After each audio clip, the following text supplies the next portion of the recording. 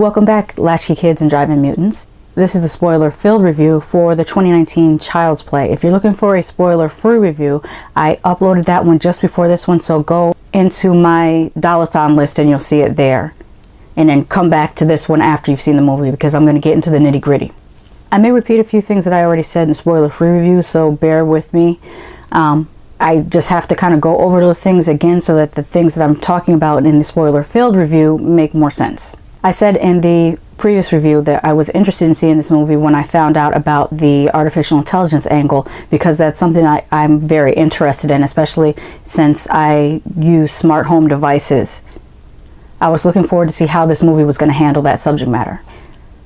I was pleasantly surprised that the older Andy acted his age, because as I had said in one of my previous reviews, I felt that in the trailer he seemed to be acting younger than what he was, but they either went back and reshot some things or just didn't include those scenes from the trailer in the movie, because I didn't see the whole drooling thing that he was doing before in the movie, so that's a positive. Let's talk about the opening of the movie. We see this commercial from the company that makes the Buddy doll, and they have the most multicultural family there in the commercial, and I was living for it. Where I live in Orlando, that is completely not unnatural to see. Like, you see people like that all the time, so I like seeing it more in our media. Shoot, my own family is like that. In my family, we have Jamaicans, Guyanese, Polynesian, Vietnamese, Irish, Puerto Rican, Mexican, I forget anybody, Japanese, I think that covers everything. Oh, and so I have some British cousins too. Yeah, that's America. Deal with it. This is why I don't understand when people are prejudiced.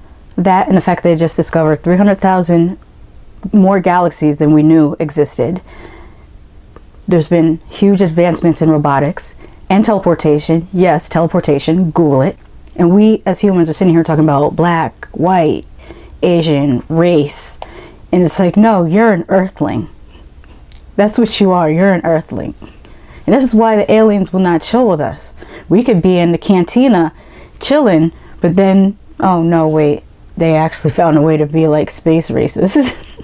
That said, I did think the movie was kind of poking fun at that, because like they overdid it, because you had like a Southeast Asian looking father, a Latin looking mother, European, I would say even Northern European looking son, East Asian looking daughter, and a Afro-European mixed race baby. And I was like, you guys are, you're overdoing it. and I got the joke. It was funny. While no doubt that family probably actually exists, because watch somebody get my comment and go, you know what, my family exactly is this makeup. That family actually probably, oh, now that I think about it, I knew a family similar to that. There was a girl that I went to high school with that her father was her mother's first husband. And her father was African American, her mother was Puerto Rican, and her mother kind of reminded me of Lisa. She had a similar haircut and everything. So picture Lisa. And her first husband's African American, so then they have their daughter who went to high school with me. They got divorced, and then her second husband was Central American, but he had a very like native or Asiatic type look to him. So her younger sisters look more like that, like they looked more what some people will call Indio. I don't know why some people use that as a pejorative or an insult, but I think to look Indio is also very beautiful. But that said, she had two sisters that look like that, and then her mom divorced that guy, and then her third husband was this blonde German dude, and so that's when so their family really was like that. So yeah, it totally exists, but that's a whole another thing. In this reimagining, the reason why Chucky goes rogue is because a disgruntled worker in the factory that creates the Buddy dolls does something to the doll. I think he turns off the inhibitors, and then wait, let me backtrack. Before he turned off the inhibitors, he did it because he was being abused by probably the crew chief or the shift chief, whatever was abusing him, and he was obviously very upset by this, so he turned off all of the controls on the doll, the safety controls on the doll, and then he committed suicide. And I've seen at least 2 other reviews where they were like, oh, that's unrealistic, this doesn't happen. but it actually is realistic. As a matter of fact, recently in some of the Chinese factories where the iPhones are made, they had a problem with abuse and poor working conditions so bad that it spawned a rash of employee suicides. So much so that a few of the factories had to actually install nets around the building to catch the people from trying to jump off the building to commit suicide. That's how bad it was. So yeah, that's realistic. Oh, but Huawei phones and 5G are a threat to national security because they're made in China. So what prevents this with Apple products? All right. Anyway, this new Chucky doll's mouth moves weirdly and I don't like it. I did laugh out loud when he started singing to Andy in bed. I almost laughed until I had tears in my eyes. I don't know why that was so hilarious to me, but it was freaking hilarious. Someone should recut that scene. Wait till Twitter gets a hold of it. When this shows up on streaming services, somebody's gonna make a meme on Twitter, but they're gonna keep changing the song that he's singing to something else, and it's gonna be even funnier. Remember, I said it first, so it's technically my idea. I just don't feel like, you know, editing that, but somebody's gonna do it. But I thought of it first. At first I was sitting there thinking that the movie that Andy and his friends were watching was a parody of Texas Chainsaw Massacre and Rob Zombie movies, and my sister even said, oh, the gore effects look good in this, I'd rather watch that movie. And tell me why she didn't recognize it. It was, I mean, I know why I didn't recognize it, but why she didn't recognize that it was Texas Chainsaw Massacre Part 2. I've never seen Texas Chainsaw Massacre Part 2, so that's why I didn't recognize it. She's watched all the Texas Chainsaw Massacres and often talks about Texas Chainsaw Massacre 2, so it was odd for her not to notice that that was Texas Chainsaw Massacre 2, which reminds me I should tell her that when I finish recording this video. Which also leads me to a question that I've asked 100 times, and I'll probably ask it 100 times more. Why won't they let Rob Zombie do a sequel to Texas Chainsaw Massacre? He clearly wants to do that. He turns almost all his movies into some form of Texas Chainsaw Massacre anyways. Where does this Chucky movie even take place? Because the guy is taking down Christmas lights, but then he also has watermelon growing in his yard, and I'm like, when is watermelon season? The exterior shots don't look like it's anywhere in the South. Like, it doesn't look like New Mexico or Texas or Florida or anything. The leaves look like they're changing on the trees, like it's fall, so I would think he'd be putting up the Christmas lights instead of taking them down. Is this what the seasons are like in the mid-Atlantic states, the DMV? Can you grow watermelon year-round there, but the leaves still change? On to the kids. Some people have compared the kids automatically to Steven Spielberg movies or to Stranger Things, and I think even the director wants you to compare them to that, because there are little homages to E.T. in this with Chucky's glowing finger, obviously.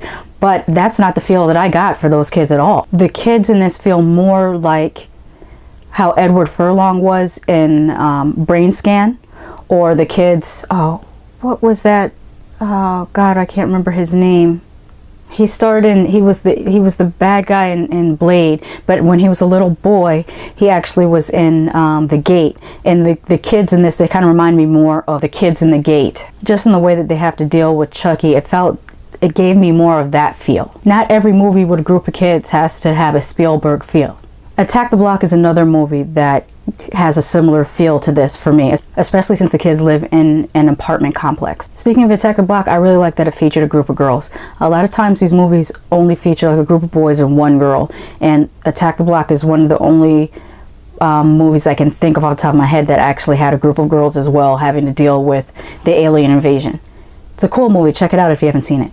Oh wait, this movie kind of did that too. Group of boys, one girl. I'm not mad at this reimagining at all though. I had a lot of fun watching it. The one weakness I would say that this had is in character development. I feel like that's why I like so many movies from the 70s and the 80s, because they gave us much more character development, especially with horror of that time period. A lot of times things, or the horrific things in the movies, wouldn't happen until a good 45 minutes in. That gave us a lot of time to get to know the characters beforehand. Poltergeist was like that. We got to know that family really well before we saw the scary stuff happening. And even in the original Child's Play, I don't think we get to see a whole, like, it's not really confirmed whether Chucky is an evil doll until about 45 minutes into the movie. This movie would have benefited from that a little bit. I feel like you couldn't really care about the kids or the mom or even Andy, because you don't really get a chance to get to know them. I like the writing though. It had lots of funny parts. Like I said with Chucky singing to Andy in bed. I don't know why that tickled me so much, but I got a kick out of that.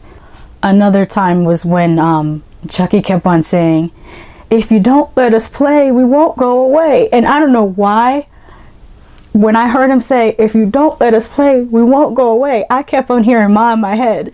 "Don't make me drink alone. Don't make me drink alone."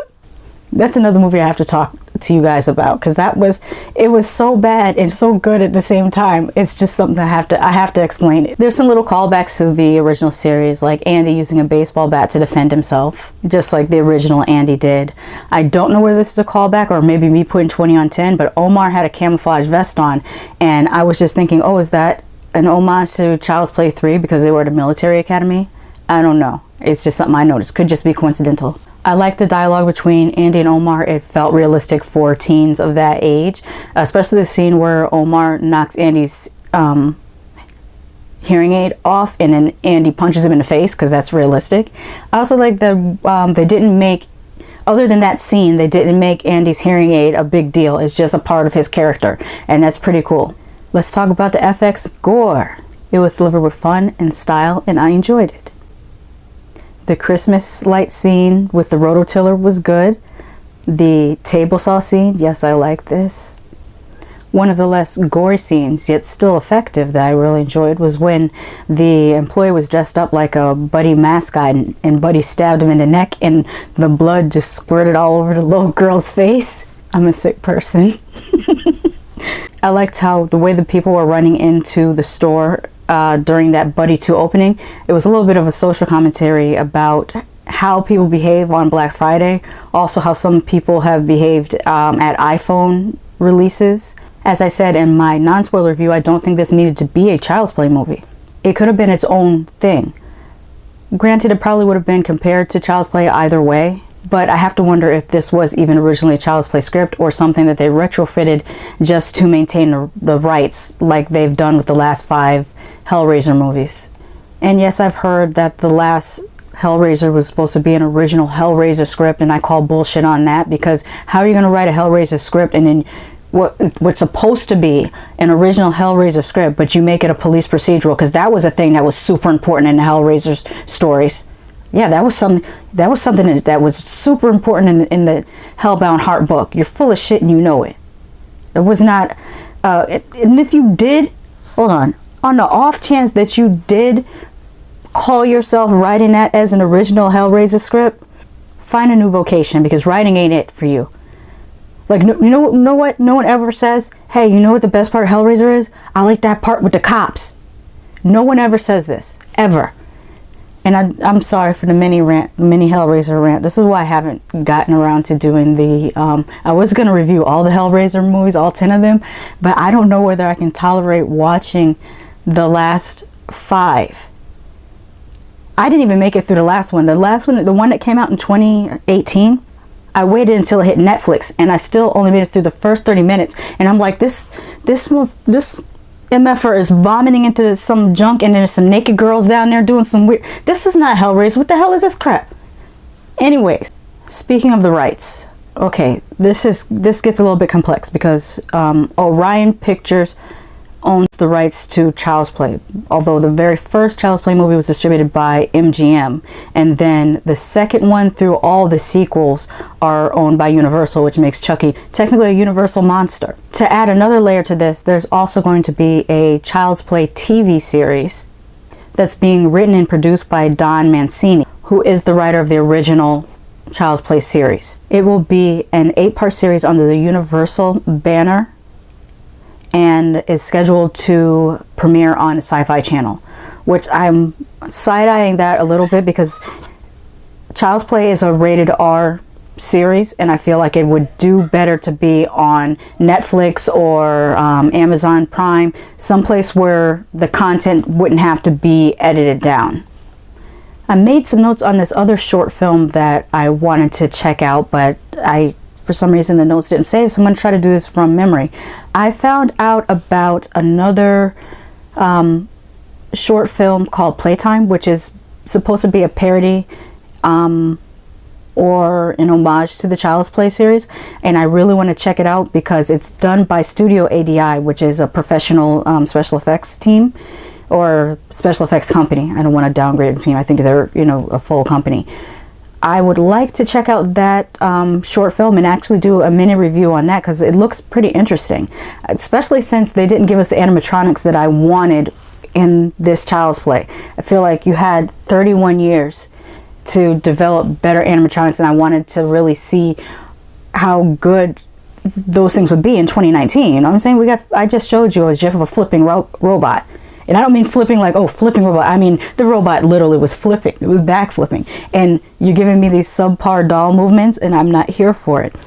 Even though I did enjoy the gore and the rest of the movie as itself. Like, it was just an okay movie. I would never tell you to go, like, pay full price to see this, which I did not do. I waited till $5 Tuesday at the AMC, which I'm going to do with Annabelle as well. I'm not going to pay full price for Annabelle. I'm going to wait till Tuesday and go to $5 Tuesdays and watch Annabelle then. So I'm sorry I won't be the first with reviews, but I got to do what I got to do. I'm tired of giving up so much money for subpar stuff. Speaking of which, I need to do a Godzilla review because I'm